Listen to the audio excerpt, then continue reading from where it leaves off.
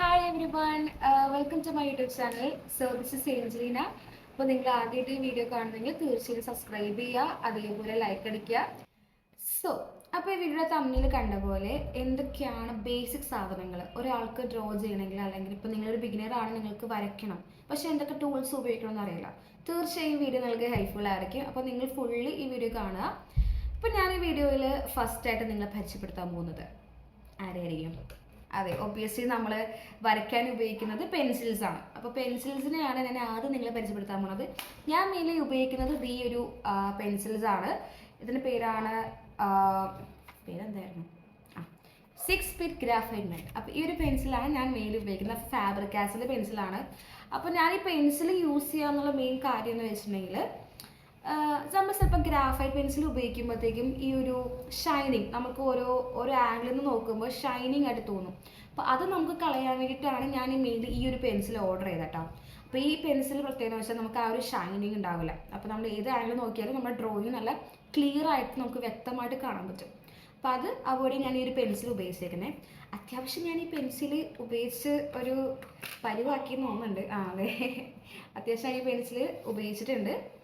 So ഇതാണ് ഞാൻ ഉപയോഗിക്കുന്ന മെയിൻലി ഗ്രാഫൈറ്റ് പെൻസിൽ എന്ന് പറയുന്നത്.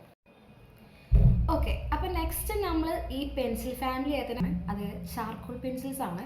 അപ്പോൾ ചാർക്കോൾ പെൻസിൽ എന്ന് പറയുമ്പോൾ ഞാൻ ഉപയോഗിക്കുന്നത് വൈറ്റ് ചാർക്കോളും അതേപോലെ ബ്ലാക്ക് ചാർക്കോൾസും.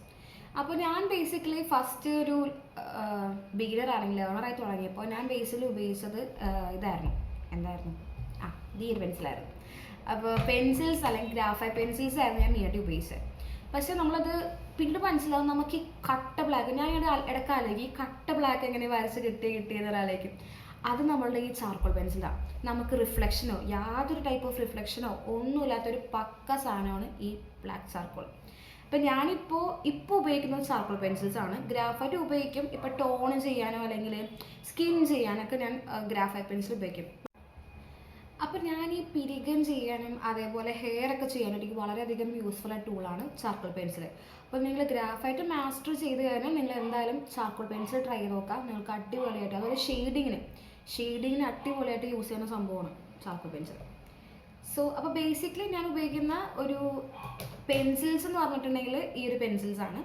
പിന്നെ ഞാൻ ഇപ്പോൾ ബാക്ക്ഗ്രൗണ്ട് ഭയങ്കര ബ്ലാക്ക് ആക്കണം. അപ്പോൾ നമ്മൾ ഈ ചാർക്കോൾ പെൻസിലിൻ്റെ കുഞ്ഞു മുന വെച്ച് ഇങ്ങനെ അണിക്കിടക്കണം നല്ലത് ഈ ഒരു ചാർക്കോൾ ബാർ. ഇത് ഫുൾ ചാർക്കോളാണ് കേട്ടോ. ഈ ഫുൾ ചാർക്കോൾ നമ്മൾ ഉപയോഗിച്ചിട്ട് ഈ ഫുൾ ബാക്ക്ഗ്രൗണ്ട് നമുക്ക് ബ്ലാക്ക് ചെയ്യാനാണെങ്കിൽ മുടിക്കിനെ ഫുൾ കറുപ്പിക്കാനൊക്കെ നമുക്ക് ഉപയോഗിക്കാൻ പറ്റുന്ന ഒരു ബാറാണ്. നമുക്ക് ടൈം നന്നായിട്ട് കൺസ്യൂം ചെയ്യാൻ പറ്റും. അപ്പോൾ അതിനുവേണ്ടി യൂസ് ചെയ്യുന്നതാണ് ഈ ഒരു ബാറ്. സോ അപ്പോൾ അടുത്തതായിട്ട് നിങ്ങളെ പരിചയപ്പെടുത്താൻ പോകുന്നത് ബ്ലെൻഡിങ് ടൂൾസ് ആണ്. അപ്പോൾ ആദ്യമായിട്ട് ഞാൻ മോസ്റ്റ്ലി ഉപയോഗിക്കുന്ന എൻ്റെ ഫേവറേറ്റ് ആയിട്ടുള്ള ബ്ലെൻഡിങ് ടൂളാണ് ഇതെന്ന് പറഞ്ഞിട്ടുണ്ടെങ്കിൽ ബ്രഷസ് ആണ്. സോ ബ്രഷസ് ഞാൻ നോക്കുന്നതൊക്കെ പല ടൈപ്പ് ബ്രഷസ് ഞാൻ ഉപയോഗിക്കുന്നുണ്ട്. അത് പല രീതിയിലുള്ള ബ്ലെൻഡിങ്, ഇപ്പോൾ വലിയ ലാർജ് ഏരിയസിനാണെങ്കിൽ ഞാൻ വലിയ ബ്രഷും, അതിൻ്റെ കുഞ്ഞു ഏരിയാസിനൊക്കെയാണെങ്കിൽ ഞാൻ ഈ ഒരു ബ്രഷസ് ആണ് ഉപയോഗിക്കുന്നത്. സോ ബ്രഷസ് എന്ന് പറയുന്നത് വളരെയധികം ഹെൽപ്ഫുൾ ആയിട്ടുള്ള ടൂളാണ് കേട്ടോ. നമുക്ക് അടിപൊളിയായിട്ട് ബ്ലെൻഡ് ചെയ്യാൻ പറ്റും. പിന്നെ ഇപ്പോൾ നിങ്ങളുടെ ഒരു ബ്രഷ് ഇല്ല എന്നെങ്കിൽ ഒന്നുകൊണ്ട് പേടിക്കേണ്ട, വീട്ടിലൊരു സംഭവമുണ്ട്, നമ്മളുടെ ബഡ്സ്. ഞാനപ്പോൾ പണ്ട് എൻ്റെ ബ്രഷ് ഇല്ലാത്തപ്പോൾ ഞാൻ ബ്ലെൻഡ് ചെയ്യാൻ ഉപയോഗിച്ച ടൂളായിരുന്നു ബഡ്സ് എന്ന് പറഞ്ഞത്. നമുക്ക് അടിപൊളിയായിട്ട് ഇത് വെച്ച് നമുക്ക് അടിപൊളിയായിട്ട് ബ്ലെൻഡ് ചെയ്യാൻ പറ്റും. പണ്ട് കുറേ ഡ്രോയിങ് ഞാൻ ഈ ഒരു ബഡ്സ് ഉപയോഗിച്ചിട്ടാണ് ഞാൻ ബ്ലെൻഡ് ചെയ്ത് വെച്ചത്. അപ്പോൾ ഗ്രാഫൈറ്റൊക്കെ ബ്ലെൻഡ് ചെയ്യണമെങ്കിൽ ഈ ഒരു ബഡ്സ് വളരെയധികം ഹെൽപ്ഫുൾ ആയിരിക്കും. ഇപ്പോൾ ഡാർക്കർ ഏരിയാസിന് ഒരു ബഡ്സും ലൈറ്റർ ഏരിയാസിനും വേറൊരു ബഡ്സാണ് ഞാൻ ഉപയോഗിച്ചത്. അപ്പോൾ നിങ്ങളിൽ ബ്രഷ് ഇല്ലെങ്കിൽ ഇതൊക്കെ ഉപയോഗിച്ച് ചെയ്യാവുന്നതാണ്. പക്ഷെ ബ്രഷ് എന്ന് പറയുമ്പോൾ ഒരു അഡ്വാൻസ്ഡ് ഓപ്ഷനാണ്. ഇത്രയും കൂടെ നമുക്ക് അടിപൊളിയായിട്ട് ചെയ്യാൻ പറ്റും. ഒരു കാര്യം കൂടി പറയാൻ പറഞ്ഞാൽ, ബ്രഷ് മേടിക്കുമ്പോൾ മേക്കപ്പ് ബ്രഷ് വേണം മേടിക്കാനായിട്ട്. സാധാരണ പെയിൻറ്റിങ് ബ്രഷ് അല്ല, മേക്കപ്പ് ബ്രഷ് വേണം. മേക്കപ്പ് ബ്രഷാണ് നമുക്ക് അടിപൊളിയായിട്ട് ബ്ലെൻഡ് ചെയ്യാണ്ട് ഉപയോഗിക്കുന്നത്. പക്ഷേ പെയിൻറ്റിങ് ബ്രഷ് എന്ന് പറയുമ്പോൾ കുറച്ചും കൂടെ സ്റ്റിഫായിരിക്കും, ഹാർഡായിരിക്കും. നമുക്ക് ബ്ലെൻഡ് ചെയ്യാനായിട്ട് വളരെയധികം ഹാർഡായിരിക്കും. അപ്പോൾ മേടിക്കുമ്പോൾ മേക്കപ്പ് ബ്രഷ് ഉപയോഗിക്കാം. ഓക്കെ, അപ്പോൾ നെക്സ്റ്റ് നിങ്ങൾ പരിചയപ്പെടുത്താൻ പോകുന്നത് ഈ പറഞ്ഞിട്ടുള്ള എൻ്റെ ക്യൂട്ടായിട്ടുള്ള പഫാണ്. ഇതൊരു മേക്കപ്പ് പഫാണ്. മേക്കപ്പ് ഫൗണ്ടേഷനൊക്കെ നമ്മളിങ്ങനെ ബ്ലെൻഡ് ചെയ്ത് ഉപയോഗിക്കുന്ന പഫാണ്. പക്ഷെ നമുക്ക് ഡ്രോയിങ്ങിലായാലും അടിപൊളിയായിട്ട് ഉപയോഗിക്കും. വന്ന് ഫുൾ മേക്കപ്പിന് ഇതിനെ പറ്റിയാണ് പറയണേ. അപ്പോൾ ഈ ഒരു പഫ് നമുക്ക് സ്കിൻ ടോണ് അടിപൊളിയായിട്ട് ഇങ്ങനെ സോഫ്റ്റ്, ഇങ്ങനെ സ്മൂത്തുള്ള സ്കിന്നൊക്കെ കിട്ടാനല്ലേ, അതൊക്കെ കിട്ടാൻ നല്ലധികം ഹെൽപ്ഫുൾ ആയിട്ടുള്ളതാണ്. ചാർക്കോൾ അധികം ബ്ലെൻഡിങ് ഷോക്കാണ്, പക്ഷേ ഈ ഗ്രാഫൈറ്റ് പെൻസിൽ ഉപയോഗിക്കുന്നവർക്കാണെങ്കിൽ ഇത് അടിപൊളിയായിട്ട് ബ്ലെൻഡ് ചെയ്യും. ഞാൻ സ്കിൻ ടോണൊക്കെ ചെയ്യാനായിട്ട് ഈ ഒരു ബ്ലെൻഡിങ് ആണ് ഉപയോഗിക്കണം. പഫാണേ. അതേപോലെ വേറൊരു ബ്ലെൻഡിങ് ടൂളാണ് ഈ പറഞ്ഞിട്ടുള്ള സ്റ്റമ്പ് എന്ന് പറയും, അല്ലെങ്കിൽ പേപ്പർ സ്റ്റമ്പ് എന്ന് പറയും. അപ്പോൾ ഞാൻ പണ്ടാലേക്ക് ഇത് സംഭവം, ഇത് എന്താ ഈ ഒരു കോലത്തെ സംഭവം എന്താണെന്ന് ആലോചിക്കും. വേറെ ഒന്നുമല്ല, ഇതൊരു പേപ്പർ വെച്ച് ഉണ്ടാക്കിയ സംഭവം. അപ്പോൾ ഇത് നമുക്ക് ഈ ഷെയ്ഡ് ചെയ്യാനും അതേപോലെ ഷെയ്ഡിങ് അല്ല, ഈ ബ്ലെൻഡ് ചെയ്യാൻ നന്നായിട്ട് ഉപയോഗിക്കുന്ന ഒരു മെറ്റീരിയലാണ് കേട്ടോ. ഈ ഗ്രാഫൈറ്റ് പെൻസിലൊക്കെ നമുക്ക് അടിപൊളിയായിട്ട് ബ്ലെൻഡ് ചെയ്യാൻ പറ്റുന്ന ഒരു ബ്ലെൻഡിങ് ടൂളാണ് ഈ പറഞ്ഞ സ്റ്റമ്പ്. അതുപോലെ പല സൈസുകൾ നമുക്ക് ഈ ഒരു സ്റ്റമ്പ് കിട്ടും. ഞാൻ ഈ ഒറ്റൊരു സെറ്റാണ്, അപ്പോൾ പല സൈസ് ഉണ്ടായിരുന്നു.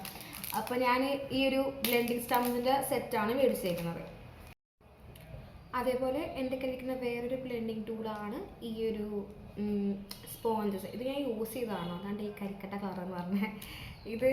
ഇത് സ്പോഞ്ചാണ്. അപ്പോൾ സ്പോഞ്ച് നമുക്ക് അത്യാവശ്യം ബ്ലെൻഡ് ചെയ്യാണ്ട് ഉപയോഗിക്കുന്ന സംഭവമാണ്. അപ്പോൾ ഇതും ഞാൻ ബ്ലെൻഡിങ്ങിന് ഉപയോഗിക്കുന്നുണ്ട്. അപ്പോൾ ഞാനൊരു കവറിൽ ഇത് സെറ്റാണ്. അപ്പോൾ നിങ്ങൾക്ക് കുറേ സെറ്റ് ഇത് കിട്ടും.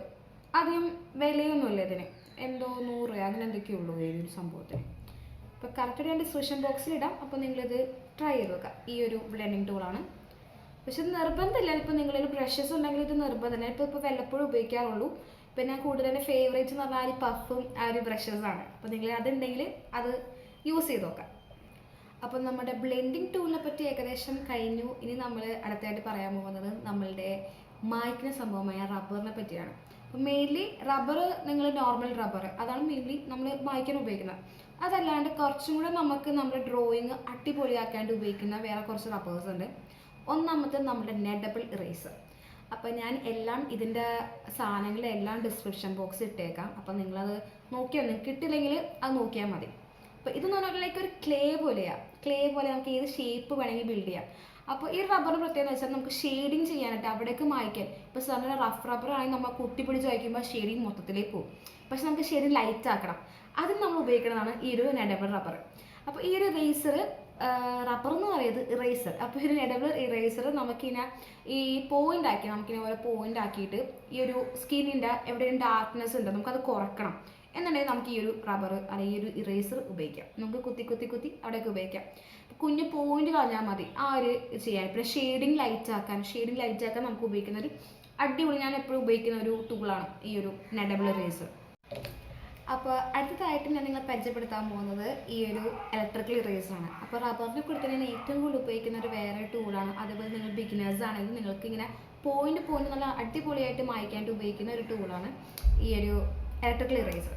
അപ്പം ഞാൻ ഇടയ്ക്ക് ഇങ്ങനെ പണ്ട് എനിക്ക് റബ്ബർ ഈ പെൻസിൽ ഇറേസർ ഉണ്ടായിരുന്നു. പെൻസിൽ പോലെ കൂർമിച്ച് ഇറേസർ ആയിരിക്കും ഉള്ളിൽ, അതിട്ട് ഇങ്ങനെ കുത്തി മായ്ച്ച് കുറേ സമയം പോയായിരുന്നു. പക്ഷെ അതിന് പകരം ഈ ഒരു ഇറേസർ നമ്മൾ എവിടെയാണ് മായ്ക്കേണ്ടത് ആ പോയിന്റ് ഇട്ട് വെച്ചിട്ടുണ്ടെങ്കിൽ അവിടെ ജസ്റ്റ് ആയിട്ട് നമുക്കിങ്ങനെ റൊട്ടേറ്റ് ചെയ്യും സാധനം. അപ്പോൾ അവിടെ ഒന്ന് റൊട്ടേറ്റ് ചെയ്ത് ആ ഒരു പോയിന്റ് മാത്രം മായ്ക്കും. അപ്പോൾ എനിക്ക് വളരെയധികം ഹെൽപ്ഫുൾ ആയിട്ട് ടൂളായിരുന്നു ഈ ഒരു ഇലക്ട്രിക്കൽ ഇറേസർ. ഇതുണ്ടെങ്കിൽ റൊട്ടേറ്റ് ചെയ്യും. അപ്പോൾ ഒരു ബാറ്ററി ഇടണം.